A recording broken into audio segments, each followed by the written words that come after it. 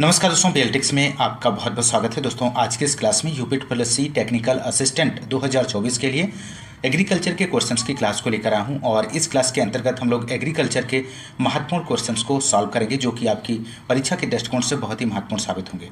दोस्तों यदि आप AGTA 2024 की प्रिपरेशन कर रहे हैं तो आप इस चैनल के माध्यम से जुड़ सकते हैं, क्योंकि इस चैनल के माध्यम से आपके एग्ज़ाम के लिए प्रिपरेशन कराई जाती रहेगी। पर डे आपको क्लासेस मिलती रहेंगी। तो यदि आपको क्लास पसंद आती है तो क्लास को ज़्यादा से ज़्यादा लाइक और शेयर करना मत भूलिएगा, और यदि आप हमारे चैनल पर नए हैं तो चैनल को सब्सक्राइब जरूर कीजिएगा। आइए शुरू करते हैं। यहाँ पर क्वेश्चन नंबर फर्स्ट है, फल जिसमें भ्रूण निद्रा पाई जाती है। आपको यहाँ पर इस क्वेश्चन का राइट आंसर देना है लीची, बेर, बेल, आंवला। तो यहाँ पर राइट आंसर हो जाएगा आंवला एक ऐसा फल है जिसमें भ्रूण निद्रा पाई जाती है। ऑप्शन डी यहाँ पर राइट जवाब हो जाएगा। क्वेश्चन नंबर थर्ड है, भारत में विकसित पहली बौने चावल की प्रजाति थी। तो इनमें से आपको बताना है दोस्तों, भारत में विकसित पहली बौने चावल की प्रजाति कौन थी। तो राइट आंसर यहाँ पर हो जाएगा ऑप्शन डी, जया इसका राइट जवाब बनेगा। नेक्स्ट क्वेश्चन नंबर 4 की बात करेंगे। दुग्ध स्राव को कहा जाता है, तो दुग्ध स्राव को क्या कहा जाता है। ऑप्शन ए दिया गया है लैक्टोजिनेसिस, ऑप्शन बी है गैलेक्टोजिनेसिस, ऑप्शन सी है गैलेक्टोपायोसिस। इनमें से कोई नहीं। तो यहाँ पर इस क्वेश्चन का जो राइट आंसर होगा ऑप्शन ए हो जाएगा लैक्टोजिनेसिस। दुग्ध स्राव को लैक्टोजिनेसिस कहते हैं दोस्तों। नेक्स्ट क्वेश्चन नंबर 5 की बात करेंगे दोस्तों। पूसा मंजरी एवं पूसा नवीन किसकी प्रमुख प्रजातियां हैं। तो यहाँ पर इस क्वेश्चन का राइट आंसर होगा दोस्तों ऑप्शन सी हो जाएगा लौकी। लौकी की प्रजातियों की बात करें तो यहाँ पर पूसा मंजरी, पूसा नवीन, पूसा मेघदूत, पंजाब कोमल, अर्का बहार, पंत शंकर लौकी फर्स्ट, आज़ाद नूतन, नरेंद्र रश्मि, ये सभी जो हैं लौकी की प्रजातियां हैं दोस्तों। ध्यान रखिएगा, बहुत ही महत्वपूर्ण प्रश्न है। सभी क्वेश्चंस बहुत ही सिलेक्टिव क्वेश्चंस लिए गए हैं दोस्तों। क्वेश्चन नंबर 6 की बात करेंगे। वह रेखाएं जो समान वायुमंडलीय दबाव वाले स्थानों को जोड़ती हैं उसे क्या कहते हैं। समदाब रेखाएं कहते हैं, समताप रेखाएं कहते हैं, समवर्षा रेखाएं कहते हैं, समलमण रेखाएं कहते हैं। तो इस क्वेश्चन का यहाँ पे राइट आंसर होगा ऑप्शन ए, समदाब रेखाएं कहते हैं। समदाब रेखाएं वे रेखाएं होती हैं जो समान वायुमंडलीय दबाव वाले स्थान को जोड़ती हैं, और समताप रेखाएं वे रेखाएं होती हैं जो समान ताप वाले स्थान को जोड़ती हैं। तो ध्यान रखिएगा। क्वेश्चन नंबर अगला 7 क्वेश्चन नंबर है, यहाँ पर कौन सी आम की नियमित फलने वाली प्रजातियां हैं। ऑप्शन ए है चौसा है, ऑप्शन बी है लंगड़ा, ऑप्शन सी है आम्रपाली, ऑप्शन डी है अल्फांसो। तो क्वेश्चन नंबर 7 का राइट आंसर होगा ऑप्शन सी, आम्रपाली। आम्रपाली आम की नियमित फलने वाली प्रजाति है दोस्तों। Question number next question number 8 की बात करेंगे। जीव जो कि आमतौर पर मृतोपजीवी होता है लेकिन कुछ विशेष परिस्थितियों में परजीवी भी हो जाता है को कहते हैं। क्या कहते हैं। ऐच्छिक मृतोपजीवी कहते हैं, ऐच्छिक परजीवी कहते हैं, लाचार परजीवी कहते हैं, इनमें से कोई नहीं। तो क्वेश्चन नंबर 8 का आपको आंसर देना है दोस्तों। तो क्वेश्चन नंबर 8 का यहाँ पर जो राइट आंसर हो जाएगा ऑप्शन बी हो जाएगा, ऐच्छिक परजीवी कहते हैं। नेक्स्ट क्वेश्चन नंबर, यहाँ पर क्वेश्चन नंबर 9 की बात करेंगे। तेली पौधों में तेल की मात्रा किसके प्रयोग से बढ़ती है। सल्फर के प्रयोग से, मोलिब्डेनम के प्रयोग से, नाइट्रोजन के प्रयोग से, जिंक के प्रयोग से। तो क्वेश्चन नंबर 9 का जो यहाँ पर आंसर होगा दोस्तों ऑप्शन ए हो जाएगा, सल्फर के प्रयोग से। तेली पौधे में तेल की मात्रा सल्फर के प्रयोग से बढ़ती है। नेक्स्ट क्वेश्चन नंबर की बात करेंगे। यहाँ पर क्वेश्चन नंबर 10 है, तने में चारों तरफ से चिपकने वाली पट्टी को लगाकर किस कीट को प्रभावी ढंग से नियंत्रित किया जा सकता है। तो यहाँ पर ऑप्शंस दिए गए हैं, आप इनमें से सही विकल्प का चयन कर सकते हैं।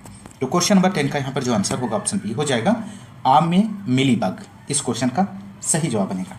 क्वेश्चन नंबर नेक्स्ट की बात करेंगे। क्वेश्चन नंबर 11 है, भैंस के दूध में वसा रहित ठोस SNF मानक होता है। तो राइट आंसर होगा option B, 9.2%। Next question number, टपक सिंचाई किन क्षेत्रों हेतु उपयुक्त है। आपको यहाँ पर बताना है दोस्तों इस क्वेश्चन का सही आंसर क्या होगा। तो राइट आंसर होगा यहाँ पर क्वेश्चन नंबर 13 का बी हो जाएगा, शुष्क क्षेत्र। इस क्वेश्चन का सही जवाब बनेगा। क्वेश्चन नंबर अगला 14 की बात करेंगे।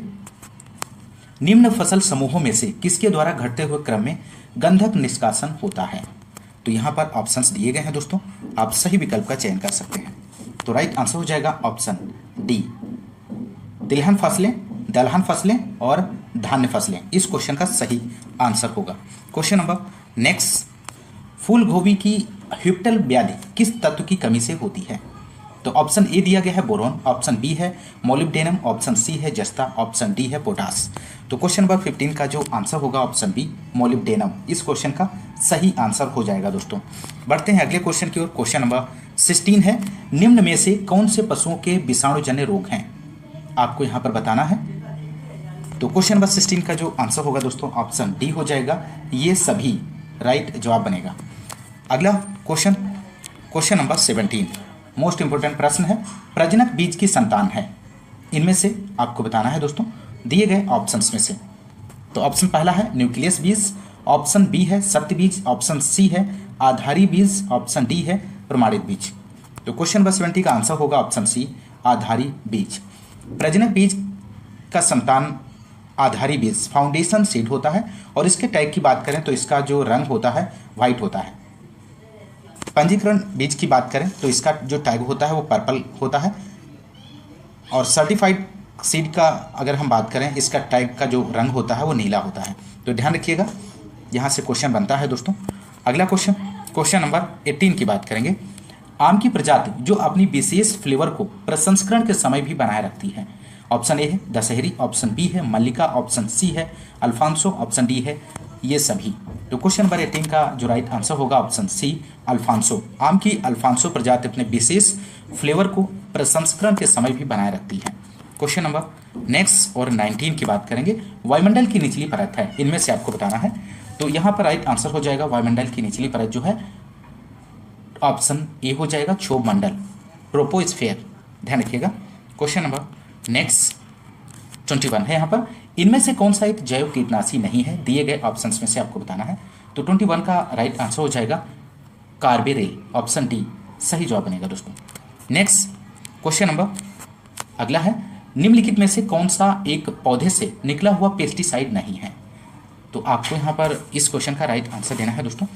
तो राइट आंसर यहाँ पर बनेगा ऑप्शन सी एल्ड्रिन, ध्यान रखिएगा एल्ड्रिन एक पौधे से निकाला हुआ पेस्टिसाइड नहीं है।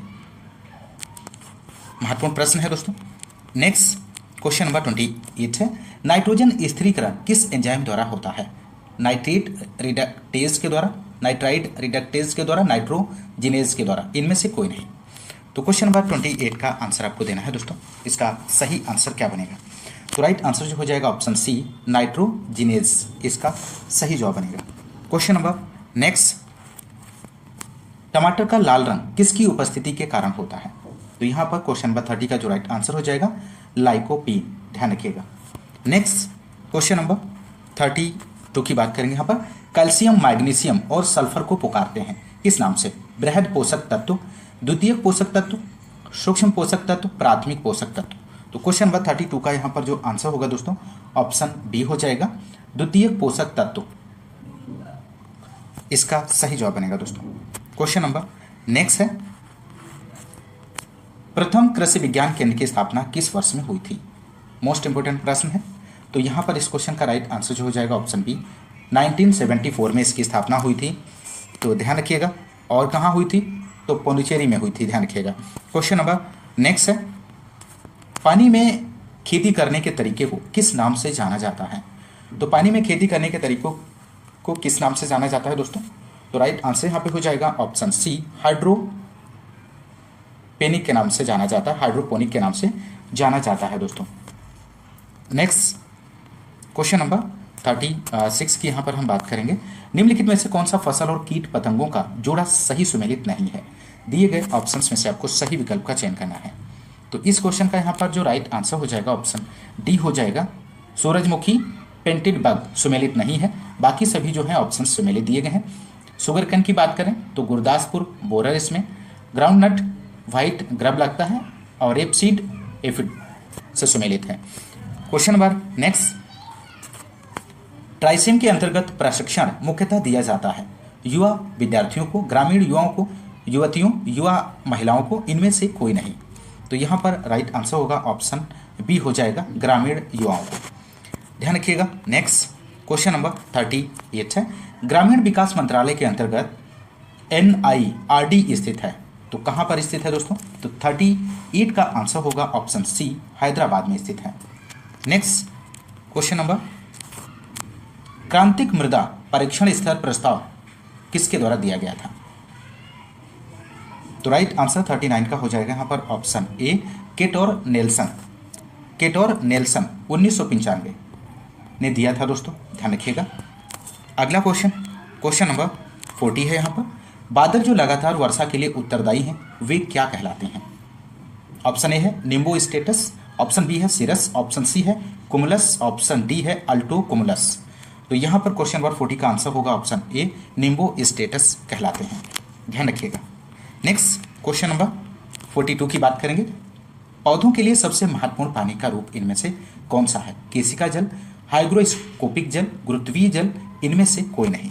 तो क्वेश्चन नंबर 42 का यहाँ पर जो आंसर होगा दोस्तों ऑप्शन ए हो जाएगा, केशिका जल। नेक्स्ट क्वेश्चन नंबर की बात करेंगे दोस्तों, पंचायती राज पहली बार 2 अक्टूबर 1959 को कहाँ से शुरू किया गया था? तो यहाँ पर इस क्वेश्चन का जो राइट आंसर होगा ऑप्शन बी हो जाएगा, नागौर। पंचायती राज पहली बार 2 अक्टूबर 1959 को राजस्थान के नागौर जिले से शुरू किया गया था। यह त्रिस्तरीय योजना है, ग्राम, ब्लॉक, जिला, और इस प्रणाली को बलवंत राय मेहता की सिफारिश पर दिया गया था, ध्यान रखिएगा, महत्वपूर्ण प्रश्न है। क्वेश्चन नंबर नेक्स्ट, कौन सी फसल साधारणतया हरित बाली रोग से कुप्रभावित होती है? तो ऑप्शन ए है ज्वार, ऑप्शन बी है बाजरा, ऑप्शन सी है धान, ऑप्शन डी है गेहूं। तो क्वेश्चन नंबर 44 का आपको आंसर देना है, तो राइट आंसर हो जाएगा ऑप्शन बी, बाजरा। नेक्स्ट क्वेश्चन नंबर 45, उकठा के प्रभावी नियंत्रण हेतु अरहर की सफसली खेती होनी चाहिए, किसके साथ? मूंग के साथ होनी चाहिए, उर्द के साथ होनी चाहिए, मक्का के साथ, ज्वार के साथ। तो क्वेश्चन नंबर 45 का यहाँ पर राइट जो आंसर होगा वो ज्वार के साथ। उकठा के प्रभावी नियंत्रण के लिए अरहर की सफसली खेती में ज्वार की फसल को सम्मिलित करना चाहिए, क्योंकि ज्वार की फसल में बनने वाला न्यूसिक अम्ल धुरिन उकठा को बढ़ने से रोकता है, तो ध्यान रखिएगा। क्वेश्चन नंबर नेक्स्ट है यहाँ पर, निम्न में से कौन सा फलों एवं सब्जियों को संरक्षित करने की स्थायी विधि है? तो यहाँ पर आंसर देना है दोस्तों आपको। 47 का आंसर क्या बनेगा? तो यहाँ पर राइट आंसर हो जाएगा ऑप्शन डी, नमी को बाहर निकालना, इस क्वेश्चन का सही जवाब हो जाएगा। अगला क्वेश्चन नंबर 48 है यहाँ पर, पौधों को भौम जल की उपलब्धता कितने तनाव के परास में होती है? तो यहाँ पर ऑप्शंस दिए गए हैं, आप इस क्वेश्चन का सही आंसर का चयन कर सकते हैं। तो राइट आंसर हो जाएगा ऑप्शन बी, 0.33 से 15 एटमॉस्फेयर तनाव, इस क्वेश्चन का सही जवाब हो जाएगा। अगला क्वेश्चन नंबर है यहाँ पर 50 की बात करेंगे। अल्पाइन एक नस्ल है, किसकी है? बकरी की है, मुर्गी की है, भेड़ की है, ऊँट की है। तो क्वेश्चन नंबर 50 का यहाँ पर जो राइट आंसर हो जाएगा बकरी की, ऑप्शन ए सही जवाब है दोस्तों। नेक्स्ट क्वेश्चन नंबर अगला है, पूसा स्नोबॉल किस फसल की प्रजाति है? आलू की है, फूल गोभी की है, गाजर की है, मूली की है। तो पूसा स्नोबॉल आपको यहाँ पर बताना है, तो राइट आंसर होगा ऑप्शन बी हो जाएगा, फूल गोभी। फूल गोभी की यदि हम बात करें इसकी प्रजातियों की, तो पूसा स्नोबॉल हो गई, पूसा दीपाली, पूसा सिंथेटिक, और पूसा स्नोबॉल पंत सुब्रा हो जाएगा, और पूसा हाइब्रिड 2, ये जो हैं सभी फूल गोभी की प्रजातियां हैं। गाजर की प्रजातियों की बात करें तो पूसा केसर है, और मूली की बात करें तो मूली में पूसा हिमानी, पूसा चेतकी और पूसा रेशमी, ये सभी जो है मूली की प्रजातियां हैं, ध्यान रखिएगा। तो यहाँ पर इस क्वेश्चन का जो राइट आंसर होगा ऑप्शन बी हो जाएगा। बढ़ते हैं अगले क्वेश्चन की ओर। क्वेश्चन नंबर 64 है, कौन सा वानस्पतिक तेल हृदय रोगियों के लिए अच्छा है? मूंगफली का तेल, सरसों का तेल, सोयाबीन का तेल, सूरजमुखी का तेल। तो क्वेश्चन नंबर 64 का यहाँ पे जो आंसर होगा ऑप्शन डी हो जाएगा, सूरजमुखी का तेल। नेक्स्ट क्वेश्चन नंबर 65 है दोस्तों, अंकुरण का प्रकार जिसमें बीज के काटिलीडन भूमि के अंदर ही रह जाते हैं उसे क्या कहते हैं? इपीजेल कहते हैं, हाइपोजेल कहते हैं, हाइपो इपीजेल कहते हैं, इनमें से कोई नहीं। तो क्वेश्चन नंबर 65 का यहाँ पर जो आंसर होगा ऑप्शन बी हो जाएगा, उसे हाइपोजेल कहते हैं। हाइपोजेल अंकुरण का एक ऐसा प्रकार है जिसमें बीज के काटिलीडन अंकुरण के दौरान भूमि के अंदर रह जाते हैं। उदाहरण की बात करें तो मक्का में, गेहूं में, नारियल और मूंगफली, चना और मटर, इन सभी में हाइपोजेल होता है। इपीजेल की बात करें तो इपीजेल अंकुरण में बीज के काटिलीडन अंकुरण के दौरान भूमि के ऊपर आ जाते हैं। कपास और पपीता और प्याज ईपीजीएल के उदाहरण हैं, आप लोग ध्यान रखिएगा। क्वेश्चन नंबर नेक्स्ट की यदि हम बात करें तो 66 क्वेश्चन नंबर है, नहरों के आसपास वाली भूमियां निम्न में से किस प्रकार की हो जाती हैं? क्षारीय हो जाती हैं, अम्लीय हो जाती हैं, उदासीन हो जाती हैं। तो क्वेश्चन नंबर 66 का राइट आंसर हो जाएगा ऑप्शन ए, क्षारीय हो जाती हैं। नहरों के आसपास वाली भूमियां क्षारीय हो जाती हैं क्योंकि नहर के पानी का रिसाव के द्वारा सोडियम और मैग्नीशियम के लवण एकत्रित होते रहते हैं, जिससे वहां की भूमि क्षारीय हो जाती है। क्वेश्चन नंबर अगला है यहाँ पर, पौधों की वृद्धि के लिए कुल कितने पोषक तत्वों की आवश्यकता होती है? महत्वपूर्ण प्रश्न है और इस क्वेश्चन का यहाँ पे जो राइट आंसर हो जाएगा ऑप्शन बी हो जाएगा 70। ध्यान रखिएगा, पौधों की वृद्धि के लिए कुल 17 पोषक तत्वों की आवश्यकता होती है। नेक्स्ट क्वेश्चन नंबर है यहाँ पर, गेहूं प्रथम सिंचाई हेतु अति संवेदनशील अवस्था बुआई के कितने समय बाद आती है? तो क्वेश्चन नंबर 83 का आंसर आप लोग दीजिए दोस्तों। तो राइट आंसर क्या होगा यहाँ पर? ऑप्शन सी हो जाएगा 21 से 25 दिन इस क्वेश्चन का सही जवाब बनेगा। गेहूं में प्रथम सिंचाई हेतु अति संवेदनशील अवस्था बुआई के 21 डेज बाद आती है और इस अवस्था को क्राउन रूट इनिशिएशन स्टेज कहते हैं और इसी अवस्था पर पोषक तत्व अवशोषण करने वाली जड़ें निकलती हैं। इसलिए यदि गेहूं की फसल को एक ही सिंचाई के लिए पानी उपलब्ध हो तो इसी अवस्था पर करना चाहिए। अगला क्वेश्चन नंबर 84 है यहाँ पे दोस्तों, भू परिष्करण के जनक निम्न में से कौन है? तो भू परिष्करण के जनक आपको बताना है दिए गए ऑप्शंस में से। तो राइट आंसर हो जाएगा ऑप्शन सी, भू परिष्करण के जनक जेथरो टूल हैं दोस्तों और इन्हीं के द्वारा खरपतवार शब्द का सर्वप्रथम प्रयोग किया गया था, इस बात को भी ध्यान रखिएगा। क्वेश्चन नंबर नेक्स्ट, छिलका रहित जौ की प्रजाति है, इनमें से कौन सी है? मंजुला है, KK 141 है, डोलमा है, इनमें से कोई नहीं। तो राइट आंसर होगा ऑप्शन सी, डोलमा इस क्वेश्चन का सही जवाब बनेगा दोस्तों।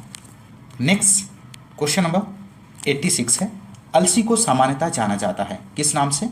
फ्लैक्स के नाम से, अनाजों की रानी के नाम से, मिलेट के नाम से या नन ऑफ दिस, इनमें से कोई नहीं।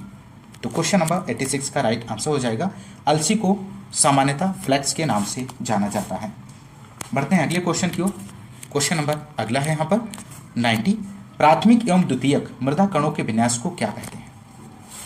तो आप लोग इस क्वेश्चन का आंसर दीजिए दोस्तों। तो राइट आंसर होगा ऑप्शन सी, मृदा संरचना कहते हैं। The arrangement of primary and secondary soil particles is known as soil structure. तो ऑप्शन सी यहाँ पर जो इस क्वेश्चन का सही आंसर हो जाएगा।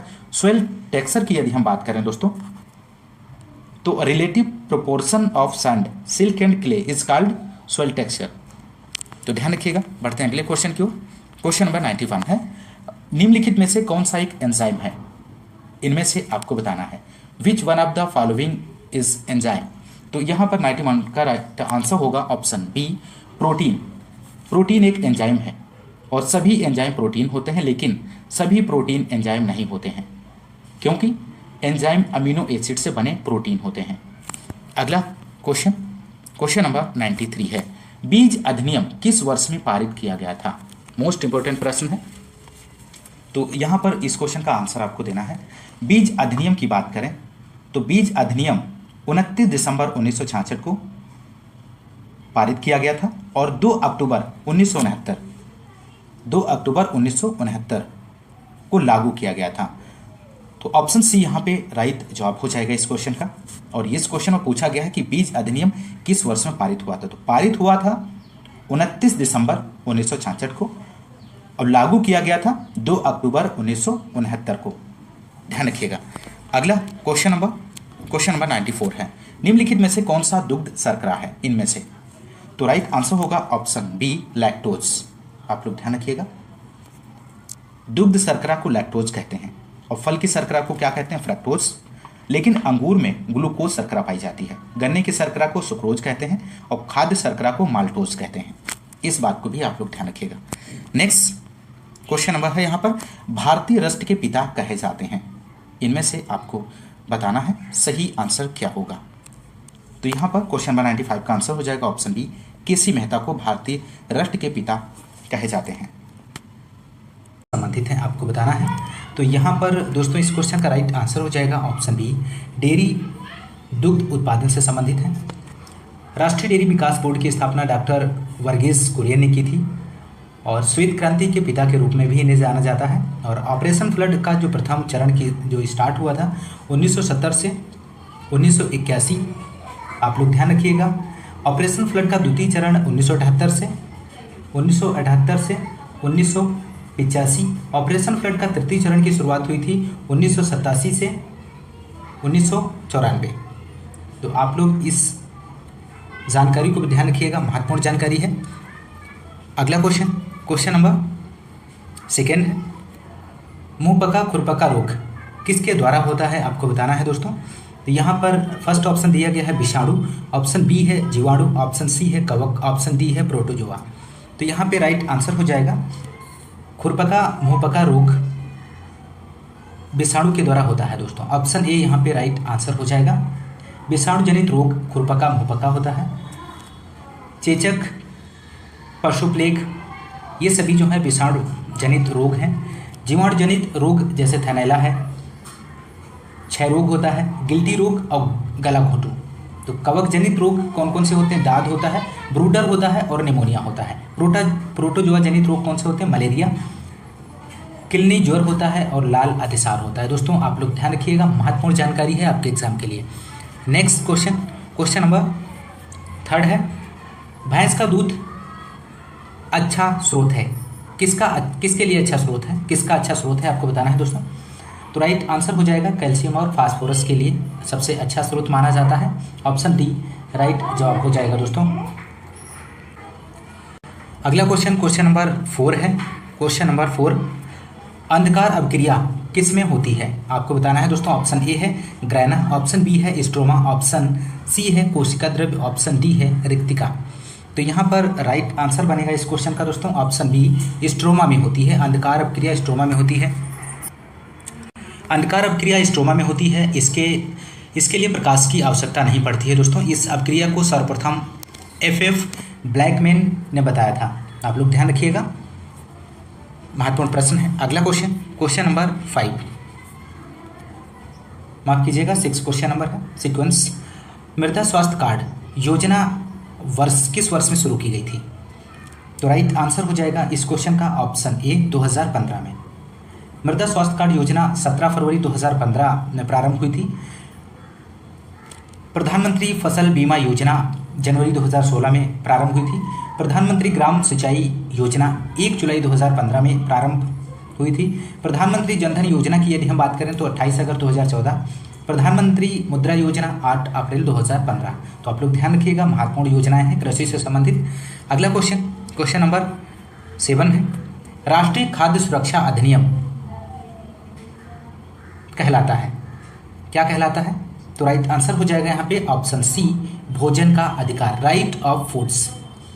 राष्ट्रीय खाद्य सुरक्षा अधिनियम 2013 को भारतीय संसद द्वारा 12 सितंबर 2013 को पास कर दिया गया था। और इस अधिनियम को भोजन का अधिकार, राइट टू फूड एक्ट भी कहते हैं, क्योंकि इसके द्वारा भारत के 2/3 भाग जनता को सब्सिडी पर भोजन प्राप्त होता है। महत्वपूर्ण जानकारी है, ध्यान रखिएगा।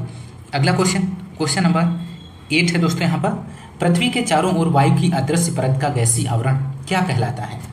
ऑप्शन दिए गए हैं नीचे, आप लोग जैसा कि आप लोग देख पा रहे होंगे। ऑप्शन फर्स्ट है जलवायु, ऑप्शन बी है मौसम, ऑप्शन सी है क्षोभ मंडल, ऑप्शन डी है वायुमंडल। तो यहाँ पर दोस्तों इस क्वेश्चन का राइट आंसर बनेगा ऑप्शन डी, वायुमंडल, इसका राइट जवाब हो जाएगा। अगला क्वेश्चन नंबर 9 है, शून्य जुताई भारत में सर्वप्रथम किसके अंतर्गत शुरू की गई। तो राइट आंसर आपको बताना है दोस्तों यहाँ पर। तो राइट आंसर हो जाएगा इस क्वेश्चन का ऑप्शन ए, चावल गेहूं फसली प्रणाली, ऑप्शन ए राइट जवाब बनेगा। शून्य जुताई सर्वप्रथम USA, आप लोग ध्यान रखिएगा, USA में सन 1950 में खोजी गई थी और इसके पितामह GB ट्रिपलेट्स हैं। यह भारत में सर्वप्रथम चावल गेहूं फसली प्रणाली में अपनाया गया था। ऑप्शन ए इस क्वेश्चन का राइट आंसर हो जाएगा। क्वेश्चन नंबर अगला है 10 क्वेश्चन नंबर, मृदा का लाल रंग किसके कारण होता है। महत्वपूर्ण प्रश्न है, सिंपल प्रश्न है। तो राइट आंसर हो जाएगा ऑप्शन ए, तो मृदा का लाल रंग हेमेटाइट के कारण होता है। नेक्स्ट क्वेश्चन नंबर 11 है, वह फसलीय प्रणाली जिसमें खेतिहर फसलें चारागाही फसलों के साथ उसी खेत में वैकल्पिक रूप में उगाई जाती हैं क्या कहलाती हैं दोस्तों। तो राइट आंसर हो जाएगा option D, ley farming, ley farming कहलाती है। ऑप्शन डी यहाँ पे राइट जवाब बनेगा। अगला क्वेश्चन, क्वेश्चन नंबर 12 है, अकिओची धान के एक विकार किसके कारण होता है, आपको बताना है दिए गए ऑप्शंस में से। तो राइट आंसर हो जाएगा दोस्तों यहाँ पर क्वेश्चन नंबर 12 का ऑप्शन ए, हाइड्रोजन सल्फाइड विषाक्तता, हाइड्रोजन सल्फाइड टॉक्सिटी के कारण होता है। अगला क्वेश्चन, क्वेश्चन नंबर 13 है, निम्नलिखित दलहन फसलों में से किसका लक्षण धीमी आरंभिक वृद्धि दर है। मोस्ट इंपोर्टेंट प्रश्न है दोस्तों। तो यहाँ पर राइट आंसर हो जाएगा ऑप्शन ए, पिजन बी अरहर, इसका राइट जवाब बनेगा। अरहर का वैज्ञानिक नाम कैजानस कैजान है, यह फेबेसी कुल का पौधा है, यह खरीफ मौसम की फसल है दोस्तों। इसकी आरंभिक वृद्धि दर बहुत धीमी है। अरहर की जड़ें मिट्टी में अधिक गहराई तक जाती हैं, जिससे मृदा में वायु का आयतन बढ़ जाता है। तो ऑप्शन ए राइट जवाब बनेगा। अगला क्वेश्चन, क्वेश्चन नंबर 14 है, निम्नलिखित में से कौन सी तिलहन फसल को अप्रत्याशित दलहन के नाम से जाना जाता है। तो राइट आंसर हो जाएगा यहाँ पर दोस्तों ऑप्शन बी, मूंगफली। मूंगफली का वैज्ञानिक नाम अरेचिस हाइपोजिया है, यह लेग्यूमिनेसी फेबेसी कुल का पौधा है। तो राइट आंसर हो जाएगा ऑप्शन बी, और इसका उद्भव स्थान ब्राजील है दोस्तों, ध्यान रखिएगा। क्वेश्चन नंबर 15 है, निम्नलिखित में से कौन सी तिलहन फसल के पौधे के पृष्ठ पर कांटे होते हैं। वेरी इंपॉर्टेंट क्वेश्चन है। तो यहाँ पर इसका सही जवाब बनेगा दोस्तों ऑप्शन सी, कुसुम, इसका राइट जवाब हो जाएगा। कुसुम का वैज्ञानिक नाम कार्थमस टिंक्टोरियस होता है दोस्तों, और कुल की बात करें तो कंपोजिटी कुल का पौधा है, और इसकी सतह पर कांटे पाए जाते हैं। इसे तिलहन फसल के रूप में उगाते हैं। इसका उद्भव स्थान की बात करें तो अफगानिस्तान है दोस्तों, यह रबी की फसल है। महत्वपूर्ण जानकारी है, ध्यान रखिएगा।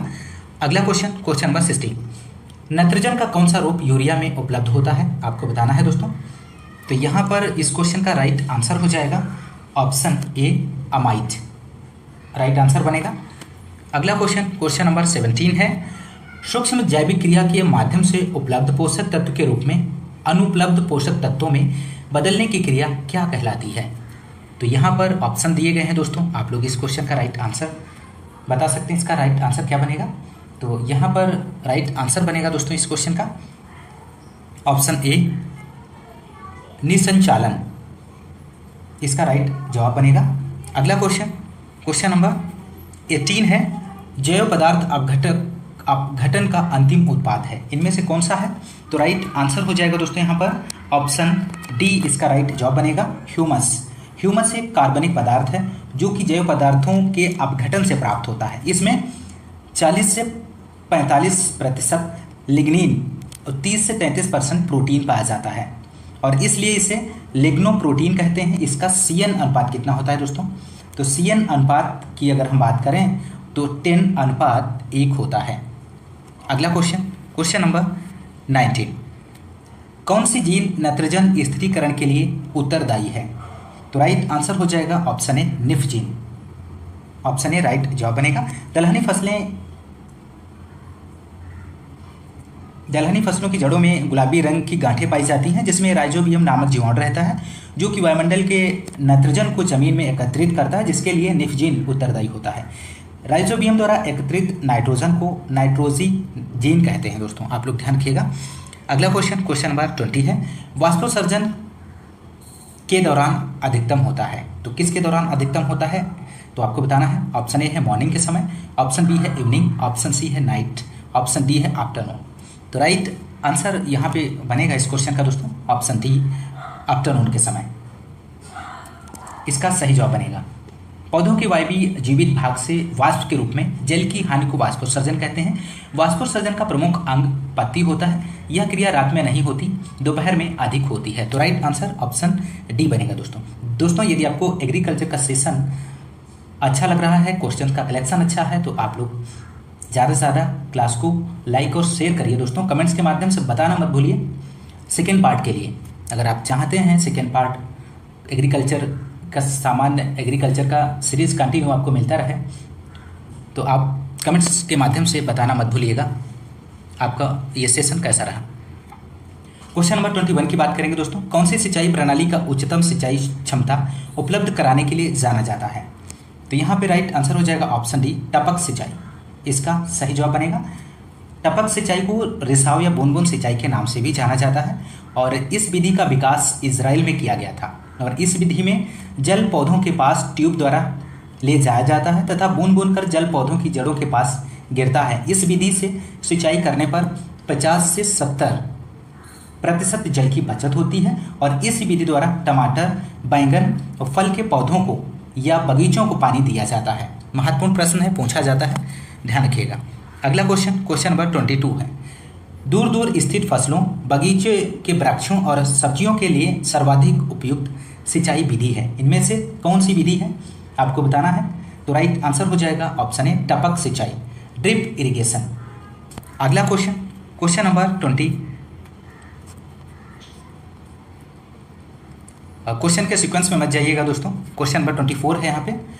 अवगीत बांध किसके लिए बनाए जाते हैं आपको बताना है। तो राइट आंसर हो जाएगा ऑप्शन सी, ए और बी दोनों इसका राइट आंसर हो जाएगा। अवनालिका अपर्दन के नियंत्रण के लिए और दूसरा है यहाँ पे जल संग्रहण। अगला क्वेश्चन नंबर 25 है। किस प्रकार की मक्खियों में डंक मिलते हैं आपको बताना है दिए गए ऑप्शंस में से। तो राइट आंसर हो जाएगा ऑप्शन सी, वर्कर, कर्मी मधुमक्खियों की संख्या छत्तों में सर्वाधिक होती है और वास्तव में ये निषेचित अंडों से निकली हुई मादाएं हैं जिन्हें रॉयल जेली खाने को बहुत कम मिलती है, जिससे यह बांझ रह जाती हैं तथा संतानोत्पत्ति के योग्य नहीं रहती। इनका आकार छोटी व पतली तथा उदर में डंक रहता है। उदर को निचली सतह में मोम ग्रंथियां होती हैं। तो राइट आंसर ऑप्शन सी बनेगा दोस्तों। अगला क्वेश्चन नंबर 26। टमाटर की पत्ती, सिकुड़न, विषाणु का वाहक इनमें से कौन सा है। तो राइट आंसर ऑप्शन ए हो जाएगा, श्वेत मक्खी, व्हाइट फ्लाई इसका राइट जवाब बनेगा दोस्तों। टमाटर की पत्ती का सिकुड़न श्वेत मक्खी विषाणु वाहक होता है दोस्तों। मिर्च की पत्ती सिकुड़न थ्रिप्स के द्वारा और मिर्च की मोजैक श्वेत मक्खी, भिंडी का पत्ती मोजैक श्वेत मक्खी के द्वारा और केला का बंची टॉप माहो के द्वारा होता है दोस्तों। आप लोग ध्यान रखिएगा। अगला क्वेश्चन नंबर 27। गुणवत्तापूर्ण बीज से संदर्भित है। तो राइट आंसर हो जाएगा ऑप्शन डी, ये सभी। पहला दिया गया ऑप्शन में आनुवांशिक शुद्धता, बीज गुणवत्ता, मानक, भौतिक शुद्धता, ये सभी ऑप्शन यहाँ पे राइट आंसर हो जाएगा दोस्तों। क्वेश्चन नंबर 28 है। आलू की बीज उत्पादन के लिए बेहतर स्थान के रूप में देश का कौन सा अंचल उभरा है। तो राइट आंसर ऑप्शन ये हो जाएगा, उत्तर मैदानी क्षेत्र, इसका राइट जवाब बनेगा। आलू बीज उत्पादन के लिए बेहतर स्थान के रूप में हिमाचल प्रदेश, पश्चिम बंगाल, पश्चिम उत्तर प्रदेश, कुछ भाग हरियाणा का है। केंद्रीय आलू अनुसंधान संस्थान भी कुफरी, हिमाचल प्रदेश में स्थित है। महत्वपूर्ण प्रश्न है, ध्यान रखिएगा। क्वेश्चन नंबर अगला है 29 है। सभी विमोचित और अधिसूचित किस्में जो बीज उत्पादन श्रृंखला में है वह क्या कहलाती हैं। तो राइट आंसर बनेगा ऑप्शन डी, संदर्भ किस्में, रेफरेंस वैरायटीज कहलाती हैं। क्वेश्चन नंबर अगला है और अंतिम क्वेश्चन है आज की इस क्लास का। पार्थेनोकार्पिक फल है, इनमें से कौन सा है। तो राइट आंसर हो जाएगा ऑप्शन सी, बीज रहित फल, ऑप्शन सी यहाँ पे राइट आंसर बनेगा दोस्तों। यदि आपको क्लास पसंद आ रही है और इसी तरह से सेक्शन आप कंटिन्यू एग्रीकल्चर का आप चाह रहे हैं कि कंटिन्यू क्लास इसकी चले, तो आप कमेंट्स के माध्यम से बताना मत भूलिए और क्लास को ज़्यादा से ज़्यादा लाइक और शेयर करना मत भूलिए यदि आपको क्लास पसंद आई है। तो दोस्तों आज की इस क्लास में बस इतना ही। मिलते हैं नेक्स्ट क्लास में, तब तक